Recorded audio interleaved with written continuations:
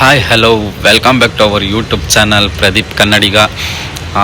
ನಾಡಿನ ಸಮಸ್ತ ಜನತೆಗೆ ವರಮಹಾಲಕ್ಷ್ಮಿ ಹಬ್ಬದ ಆರ್ಥಿಕ ಶುಭಾಶಯಗಳನ್ನ ಹೇಳ್ತಾ, ಇವತ್ತೇನಪ್ಪ ಅಂದರೆ ನಮ್ಮ ಮನೇಲಿ ನಾವು ವರಲಕ್ಷ್ಮಿ ಹಬ್ಬಕ್ಕೆ ಯಾವ ರೀತಿ ಪ್ರಿಪ್ರೇಷನ್ ಮಾಡ್ಕೊತಾ ಇದ್ದೀವಿ, ಏನೇನು ತಂದಿದ್ದೀವಿ, ಯಾವ ಥರ ಡೆಕೋರೇಷನ್ ಮಾಡ್ತಾಯಿದ್ದೀವಿ ಅಂತ ಹೇಳ್ಬಿಟ್ಟು ಈ ವ್ಲಾಗ್ನ ಮಾಡ್ತಾಯಿದ್ದೀನಿ. ಎಲ್ಲರೂ ಬನ್ನಿ ಫ್ರೆಂಡ್ಸ್, ತೋರಿಸ್ತೀನಿ, ಲೆಟ್ಸ್ ಗೋ.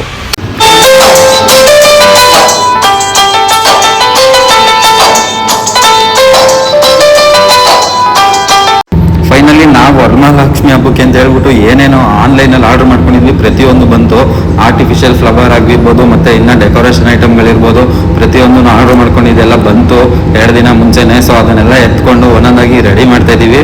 ಸೊ ಮತ್ತು ನಾವು ಇನ್ನೂ ಒಂದು ಆರ್ಚನ್ನು ಬುಕ್ ಮಾಡಿದ್ವಿ, ಮತ್ತು ವಾಲ್ಗೆ ಹಾಕೋಕ್ಕೆ ಅಂತ ವಾಲ್ ಪೇಪರ್ ಒಂದು ಬುಕ್ ಮಾಡ್ಕೊಂಡಿದ್ವಿ, ಎಲ್ಲ ಬಂದಿದೆ. ಸೊ ಇದು ಬಂದು ಕೋಲಾರ ಮಹಾಲಕ್ಷ್ಮಿ ಅಂತ ಕರೀತಾರೆ. ಆಕ್ಚುಲಿ ಇದು ಬಂದು ಕೋಲಾರ ಮಹಾಲಕ್ಷ್ಮಿ ಅಲ್ಲ, ಕೋಲಾರ ಮಹಾಲಕ್ಷ್ಮಿ ಎಂದು ನಾವೆಲ್ಲರೂ ಕರಿತೀವಿ. ಆಕ್ಚುಲಿ ಅದು ಕೊಲ್ಹಾಪುರ ಮಹಾಲಕ್ಷ್ಮಿ. ಏಕೆಂದರೆ ಮಹಾಲಕ್ಷ್ಮಿ ದೇವಸ್ಥಾನವು ಮಹಾರಾಷ್ಟ್ರದ ಕೊಲ್ಹಾಪುರದಲ್ಲಿದೆ. ಕನ್ನಡದಲ್ಲಿ ಇದನ್ನು ಕೊಲ್ಹಾಪುರ ಮಹಾಲಕ್ಷ್ಮಿ ಎಂದು ಕರೀತಾರೆ. ಸೊ ಇದು ಕೋಲಾರ ಮಹಾಲಕ್ಷ್ಮಿ ಅಂತ ಕರಿಬಾರ್ದು, ಕೊಲ್ಹಾಪುರ ಮಹಾಲಕ್ಷ್ಮಿ. ಇದು ನಾವೇನಕ್ಕೆ ತರಿಸ್ಕೊಂಡಿದ್ದೀವಿ ಅಂದರೆ ಈ ಲಕ್ಷ್ಮಿ ಮುಂದೆ ಕೆಳಗಡೆ ಇಡೋಣ ಅಂತ ಹೇಳ್ಬಿಟ್ಟು ತರಿಸ್ಕೊಂಡಿದ್ದೀವಿ. ಸೊ ಡೆಕೋರೇಷನ್ ಐಟಮ್ ನಾವು ಆನ್ಲೈನಲ್ಲಿ ಏನೇನು ಬುಕ್ ಮಾಡಿದ್ವಿ ಎಲ್ಲ ಐಟಮ್ನು ತೊಗೊಂಡು ಒಂದೊಂದಾಗಿ ಇವಾಗಲೇ ಸೆಟ್ ಮಾಡಿಬಿಡೋಣ. ಮತ್ತು ಆ ಬಾಳೆದಿಂಡು ಅದೆಲ್ಲ ಬರುತ್ತೆ, ಆಮೇಲೆ ಅದನ್ನು ಆವಾಗ ಸೆಟ್ ಮಾಡ್ಕೊಂಡ್ರಾಯ್ತು ಅಂತೇಳಿ ಬ್ಲಿಂಕಿಟಲ್ಲಿ ಅದನ್ನು ಬುಕ್ ಮಾಡಿದ್ದೀವಿ. ನಾನು ಆವಾಗಲೇ ಹೇಳಿದ್ನಲ್ಲ ಸ್ಕ್ರೀನು, ಅದು ಆನ್ಲೈನಲ್ಲೇ ತರಿಸ್ಕೊಂಡಿದ್ದು ನೋಡಿ. ಅದನ್ನು ಬ್ಯಾಕ್ಗ್ರೌಂಡ್ಗೆ ಅಂತ ಹೇಳ್ಬಿಟ್ಟು ಹಿಂದೆ ಹಾಕೊಂಡಿದ್ದೀವಿ.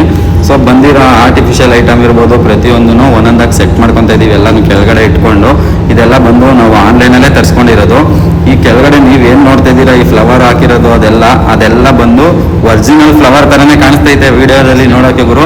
ಬಟ್ ಇದು ಯಾವುದೋ ಒರಿಜಿನಲ್ ಅಲ್ಲ, ಆರ್ಟಿಫಿಷಿಯಲ್ ಫ್ಲವರು. ನೋಡಿ ಏನು ಮಸ್ತಾಗಿ ಕಾಣಿಸ್ತೈತೆ. ಮುಂದೆ ಇಟ್ಟಿರೋದಾಗಲಿ, ಆ ದೇವರಿಂದ ಆರ್ಚ್ ಇಟ್ಟಿದ್ದೀವಲ್ಲ ಕೊಲ್ಹಾಪುರ ಮಹಾಲಕ್ಷ್ಮಿ, ಅದಾಗಲಿ ಅದೆಲ್ಲ ಫುಲ್ ಆರ್ಟಿಫಿಷಿಯಲ್ಲೇ ತರಿಸ್ಕೊಂಡಿರೋದು. ಒರಿಜಿನಲ್ ಫ್ಲವರ್ ಹಾಕೋಕ್ಕೆ ಅಂತ ಅಲ್ಲಿ ದೇವ್ರ ಮೇಲ್ಗಡೆ ಬಿಟ್ಕೊಂಡಿದ್ದೀವಿ ಬ್ಯಾಲೆನ್ಸು, ಅದೆಲ್ಲ ಒರಿಜಿನಲ್ ಫ್ಲವರೇ ಬರುತ್ತೆ. ಸೊ ಅದೆಲ್ಲ ಐಟಮ್ನು ತಂದು ಒಂದೊಂದಾಗಿ ಸೆಟ್ ಮಾಡಿದ್ಮೇಲೆ ಲಾಸ್ಟ್ಗೆ ಈ ಥರ ಕಾಣಿಸ್ತಾಯಿತ್ತು. ನೋಡೋಕ್ಕೆ ಅಂತ ಒಂದ್ಸಲಿ ಒಂದು ವೀಡಿಯೋ ತೆಗೆದೆ, ಬಟ್ ಚೆನ್ನಾಗಿ ಕಾಣಿಸ್ತಾಯಿತ್ತು. ಸರಿ ಹಿಂಗೆ ಇದ್ಬಿಡ್ಲಿ, ಇನ್ನು ಬಾಕಿದು ಒರಿಜಿನಲ್ ಫ್ಲವರ್ ಏನು ಬರುತ್ತೆ ಅದನ್ನೆಲ್ಲ ಹಾಕೊಳ್ಳೋಣ ಅಂತ ಹೇಳ್ಬಿಟ್ಟು ಬಿಟ್ಕೊಂಡಿದ್ದೀವಿ. ಮತ್ತು ಈ ಕೊಲ್ಹಾಪುರ ಮಹಾಲಕ್ಷ್ಮಿ ನಾನೇ ಹೇಳಿದ್ನಲ್ಲ, ಆ ಮೇಲ್ಗಡೆ ದೇವ್ರ ಕೆಳಗಡೆ ಇಡೋಕ್ಕೆ ಅಂತ ಹೇಳ್ಬಿಟ್ಟು ತರಿಸ್ಕೊಂಡಿದ್ದೀವಿ ಅಂತ. ಲಾಸ್ಟ್ ಟೈಮ್ ಅದನ್ನು ಇಟ್ಟಿರಲಿಲ್ಲ. ಸೊ ಈ ಸಲ ಸ್ವಲ್ಪ ಡಿಫ್ರೆಂಟಾಗಿ ಇರಲಿ ಅಂತ ಹೇಳ್ಬಿಟ್ಟು ಅದನ್ನು ಇಕ್ಕಿದ್ದೀವಿ. ಸೊ ಇನ್ನು ಫುಲ್ ರೆಡಿ ಆದಮೇಲೆ ನಿಮ್ಗೆ ವೀಡಿಯೋ ತೋರಿಸ್ತೀನಿ. Light off. ಸೊ ಇಲ್ಲಿಂದ ನಾವು ಮನೆ ಕ್ಲೋಸ್ ಮಾಡಿಕೊಂಡು ಕಾರ್ ತೊಗೊಂಡು ಮಾರ್ಕೆಟ್ಗೆ ಹೋಗೋಣ ಅಂತ ಹೋಗ್ತಾ ಇದ್ದೀವಿ. ಎಲ್ಲಿಗಪ್ಪ ಅಂದರೆ ಜಯನಗರ ಫೋರ್ತ್ ಬ್ಲಾಕ್ಗೆ. ಇನ್ನು ಏನೇನು ಐಟಮ್ ತೊಗೋಬೇಕು, ಏನೇನು ಬ್ಯಾಲೆನ್ಸ್ ಐತೆ ಅದನ್ನೆಲ್ಲ ತರೋಣ ಅಂತ ಹೇಳಿ ಹೋಗ್ತಾ ಇದ್ದೀವಿ. ಇನ್ನು ನಾವು ಬಂದು ಫ್ಲವರ್ಸ್ ತೊಗೊಂಡಿಲ್ಲ, ಫ್ಲವರ್ಸ್ ತೊಗೋಬೇಕು. ಫ್ಲವರ್ಸು, ಫ್ರೂಟ್ಸು, ಬ್ಲೌಸ್ ಪೀಸು ಮತ್ತು ಬಳೆಗಳು, ಇನ್ನು ಏನೇನೈತೆ ಪ್ರತಿಯೊಂದು ತರೋಣ ಅಂತ ಹೇಳ್ಬಿಟ್ಟು ಕಾರ್ ಎತ್ಕೊಂಡು ನಾವು ಹೊರಟ್ವಿ ಜಯನಗರ ಫೋರ್ತ್ ಬ್ಲಾಕ್ಗೆ. ಫುಲ್ ಕ್ರೌಡ್ ಇರುತ್ತೆ ಇವತ್ತು. ರೇಟೂ ಹಂಗೆ ಇರುತ್ತೆ, ಕೇಳಂಗಿಲ್ಲ ಅಂದ್ಕೊಳ್ಳಿ, ಹಂಗಿರುತ್ತೆ ರೇಟು. ಫುಲ್ ರೋಡ್ ಸೈಡಲ್ಲಿ ಎಲ್ಲ ಯಾವ ಕಡೆ ನೋಡಿದ್ರು ಫುಲ್ ಅಂಗಡಿಗಳು ಹಾಕ್ಬಿಟ್ಟಿದ್ದಾರೆ. ಕ್ರೌಡು ಹಂಗೆ ಐತೆ ಗುರು, ಫುಲ್ಲಾಗಿ ಐತೆ ಕ್ರೌಡೆಲ್ಲ. ತುಂಬ ಜನ ಹೆಂಗೆ ಅಂದರೆ ಇವತ್ತು ರೇಟೂ ಕೇಳಂಗಿಲ್ಲ ಅಂದ್ಕೊಳ್ಳಿ, ಅಷ್ಟು ರೇಟ್ ಇರುತ್ತೆ. ಯಾಕೆಂದರೆ ಹಬ್ಬ ಅಲ್ವಾ, ಇವರು ಹಬ್ಬ ಮಾಡ್ಕೊಬಿಡ್ತಾರೆ. ಇವಾಗ ರೋಡ್ ಸೈಡಲ್ಲಿ ಮಾರೋರು ಪ್ರತಿಯೊಬ್ಬರು ಹಬ್ಬ ಮಾಡ್ಕೊಬಿಡ್ತಾರೆ. ಸೊ ಬನ್ನಿ ಜಯನಗರ ಫೋರ್ಟ್ ಬ್ಲಾಕ್ ಹೋಗೋಣ. ಫೋರ್ತ್ ಬ್ಲಾಕ್ ಬಂದಿದ್ದೀನಿ. ಫಸ್ಟ್ ಬಳೆ ತಗೊಬಿಡೋಣ, ಯಾಕೆಂದರೆ ಇದು ಚಿಕ್ಕ ಐಟಮು ನನಗೆ ಹೇಳಿರೋದ್ರಲ್ಲಿ. ಸೊ ಮರ್ತುಬಿಟ್ರೆ ಆಮೇಲೆ ಮನೆಗೆ ಹೋದ್ಮೇಲೆ ಬೈತಾರೆ ಎಲ್ಲ ಮರ್ತುಬಿಟ್ಟು ಹೋದ್ರೆ. ಸೊ ಅದಕ್ಕೆ ಫಸ್ಟೇ ಬಳೆ ತಗೊಬಿಡೋಣ ಅಂತ ಹೇಳ್ಬಿಟ್ಟು ಬಳೆ ಶಾಪಿಗೆ ಬಂದು ಬಳೆ ತೊಗೊತಾ ಇದ್ದೀನಿ ಇವ್ರ ಹತ್ರ. ಓಹೋಹೋ, ಮಾರ್ಕೆಟಲ್ಲಿ ಫುಲ್ಲು ಜನ ಸಾಗರ ಗುರು. ಎಷ್ಟು ಜನ ಇದ್ದಾರೆ ಅಂದರೆ ಒಂದು ಬಾಳೆ ಕಂಬಕ್ಕೆ 100 ರೂಪಾಯಿ ಹೇಳ್ತಾರೆ ಗುರು ಜಯನಗರದಲ್ಲಿ. ಒಂದೇ ಒಂದು ಬಾಳೆ ಕಂಬ ಜೊತೆ ತಗೊಂಡ್ರೆ 200 ರೂಪೀಸು. ಒಂದು ಮಾರು ಹೂವು ಬಂದು 250ರಿಂದ 300 ರೂಪಾಯಿ. ಚೆನ್ನಾಗಿರೋದು, ಇನ್ನೂ ಚೆನ್ನಾಗಿರೋದು ಬೇಕು ಅಂತಂದರೆ 350, 400, ನಿಮ್ಗೆ ಹೆಂಗೆ ಬೇಕು ಆ ಥರ ರೇಟ್ ಐತೆ ಗುರು. ಆ ಥರ ರೇಟ್ ಅಂದರೆ ಇವ್ರಿಗೆ ಇದೇ ಸೀಸನು, ಏನು ಮಾಡೋಕ್ಕಾಗಲ್ಲ. ಇವಾಗ ಬೇಕು ತೊಗೊಂತಾರೆ ಜನ ಅಂತ ಇವ್ರಿಗೆ ಗೊತ್ತು ಚೆನ್ನಾಗೆ.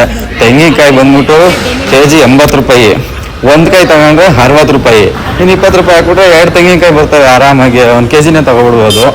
ಸೊ ಫುಲ್ಲು ಜನ ಅಂತೂ ಕೇಳಂಗಿಲ್ಲ, ರೇಟೂ ಕೇಳಂಗಿಲ್ಲ. ಜನದ ತಕ್ಕನಾಗೆ ರೇಟ್ ಇಟ್ಬಿಟ್ಟವ್ರೆ ಹಬ್ಬ ಅಂತ ಹೇಳ್ಬಿಟ್ಟು.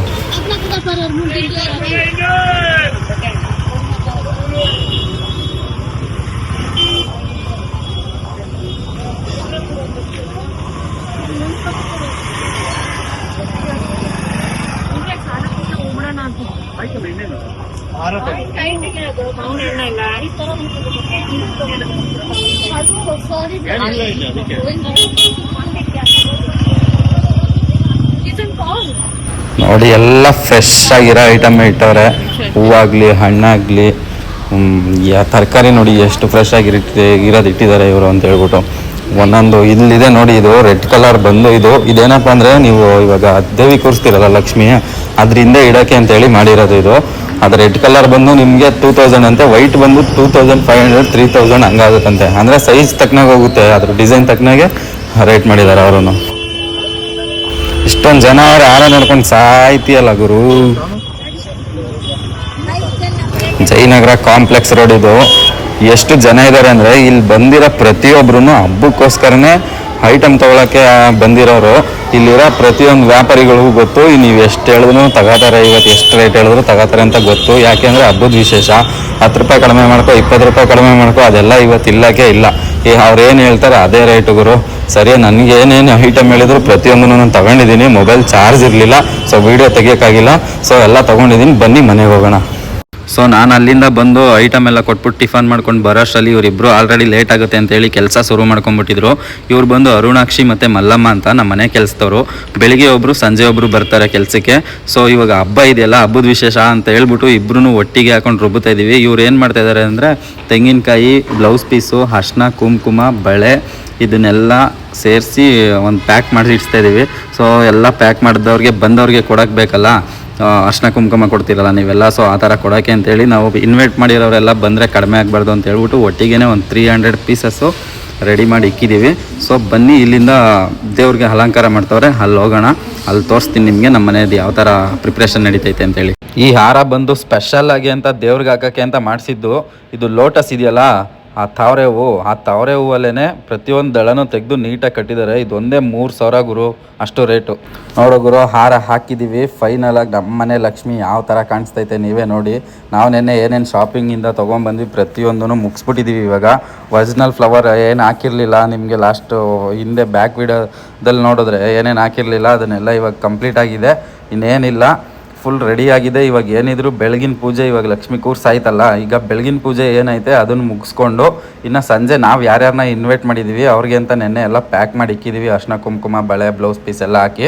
ಅದೆಲ್ಲ ಅವ್ರು ಬಂದಮೇಲೆ ಸಂಜೆ ಇರುತ್ತೆ ಅದೆಲ್ಲ. ಸೊ ಇವಾಗ ಬೆಳಗ್ಗೆಗೆ ನಾವೇನೇನು ಮಾಡಬೇಕು ಆ ಪೂಜೆನ ಮುಗಿಸ್ಬಿಡ್ತಾ ಇದ್ದೀವಿ. ಈ ಪೂಜೆಗೆ ಬಂದ್ಬಿಟ್ಟು ನಾವು ನೈವೇದ್ಯ ಕೂಡ ಮಾಡ್ಕೊಂಡಿದ್ದೀವಿ ಆಲ್ರೆಡಿ. ಪುಳಿಯೋಗರೆ ಮತ್ತು ಚಿತ್ರಾನ್ನ, ಮೊಸರನ್ನ ಮತ್ತು ಸಬ್ಬಕ್ಕಿ ಪಾಯಸ ಮಾಡಿದ್ದೀವಿ. ಇವಾಗ ಬೆಳಗಿನ ನೈವೇದ್ಯ ಇಡೋಕ್ಕೆ ಅಂತ ಹೇಳ್ಬಿಟ್ಟು. ನೋಡಿ ಗುರು, ಫೈನಲಾಗಿ ಇಷ್ಟು ಥರ ಕಾಣಿಸ್ತೈತೆ ನಮ್ಮ ಮನೆ ಲಕ್ಷ್ಮಿ. ಅಷ್ಟು ನೀಟಾಗಿ ರೆಡಿ ಮಾಡಿದ್ದೀವಿ.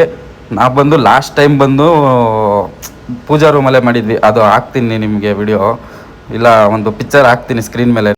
ಇಲ್ಲಿ ಸ್ಕ್ರೀನ್ ಮೇಲೆ ಒಂದು ಪಿಕ್ಚರ್ ಹಾಕಿದ್ದೀನಿ ನೋಡಿ. ಇದು ನಾವು ಲಾಸ್ಟ್ ಟೈಮ್ ಮಾಡಿದ್ದು. ಲಾಸ್ಟ್ ಟೈಮ್ ಬಂದು ನಾವು ಪೂಜಾ ರೂಮಲ್ಲೇ ಕೂರಿಸಿದ್ವಿ. ಈ ಸಲ ಸ್ವಲ್ಪ ಡಿಫ್ರೆಂಟಾಗಿ ಇರಲಿ ಅಂತ ಹೇಳ್ಬಿಟ್ಟು ಹಾಲಲ್ಲಿ ಮಾಡಿದ್ದೀವಿ.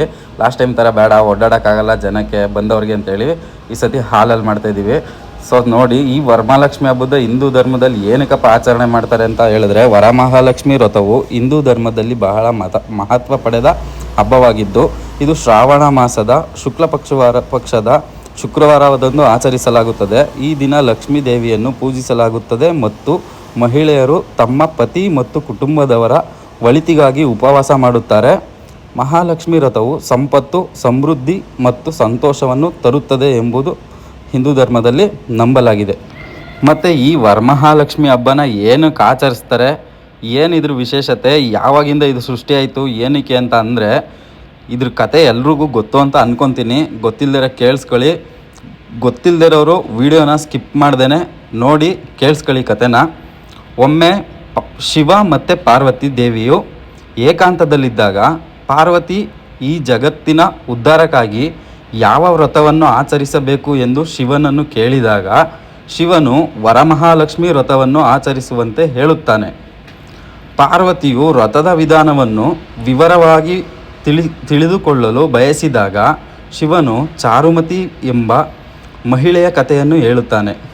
ಈ ಚಾರುಮತಿ ಎಂಬ ಬಡ ಮಹಿಳೆಯು ತನ್ನ ಮನೆಯಲ್ಲಿ ವರಮಹಾಲಕ್ಷ್ಮಿ ವ್ರತವನ್ನು ಆಚರಿಸಿದಾಗ ಅವಳ ಮನೆಯಲ್ಲಿ ಲಕ್ಷ್ಮೀದೇವಿಯ ಅನುಗ್ರಹದಿಂದ ಸಂಪತ್ತು ಮತ್ತು ಸಮೃದ್ಧಿ ಉಂಟಾಯಿತು. ಆಕೆಯ ಕಥೆಯನ್ನು ಕೇಳಿದ ಇತರ ಮಹಿಳೆಯರು ಕೂಡ ವರಮಹಾಲಕ್ಷ್ಮಿ ವ್ರತವನ್ನು ಆಚರಿಸಲು ಪ್ರಾರಂಭಿಸಿದರು.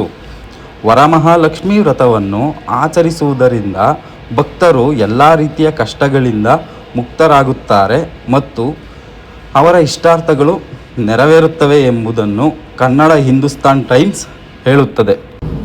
ಇದಿಷ್ಟು ವರಮಹಾಲಕ್ಷ್ಮಿ ಹಬ್ಬದ ಕತೆ. ಯಾರ್ಯಾರಿಗೆ ಮುಂಚೆನೇ ಗೊತ್ತಿರುತ್ತೆ, ಆಲ್ಮೋಸ್ಟ್ ಎಲ್ರಿಗೂ. ಗೊತ್ತಿಲ್ಲದಿರೋರು ವೀಡಿಯೋ ಸ್ಕಿಪ್ ಮಾಡ್ದೇನೆ ನೀಟಾಗಿ ಈ ಕತೆ ಕೇಳಿಸ್ಕೊಂಡು ವರಲಕ್ಷ್ಮಿ ಹಬ್ಬದ ಬಗ್ಗೆ ತಿಳ್ಕೊಳ್ಳಿ, ಏನೂ ಆಗಲ್ಲ.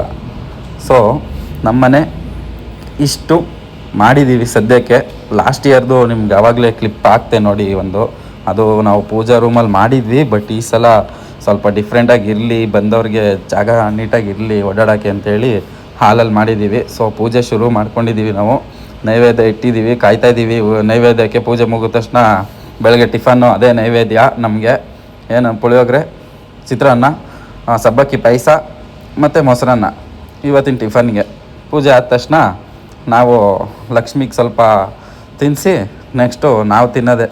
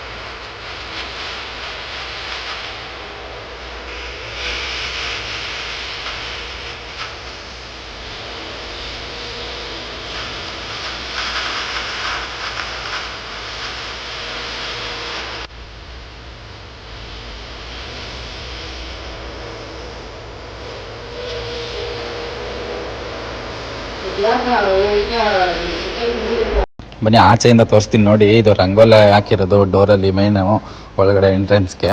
ಸೊ ನೋಡಿ ಆಚೆಯಿಂದ ದೇವರು ಹಂಗೆ ಎದ್ದು ಬರೋ ಥರನೇ ಕಾಣಿಸ್ತೈತೆ ನಮಗೆ. ನಿಮ್ಗೆ ಯಾವ ಥರ ಕಾಣಿಸ್ತೈತೆ ಗೊತ್ತಿಲ್ಲ.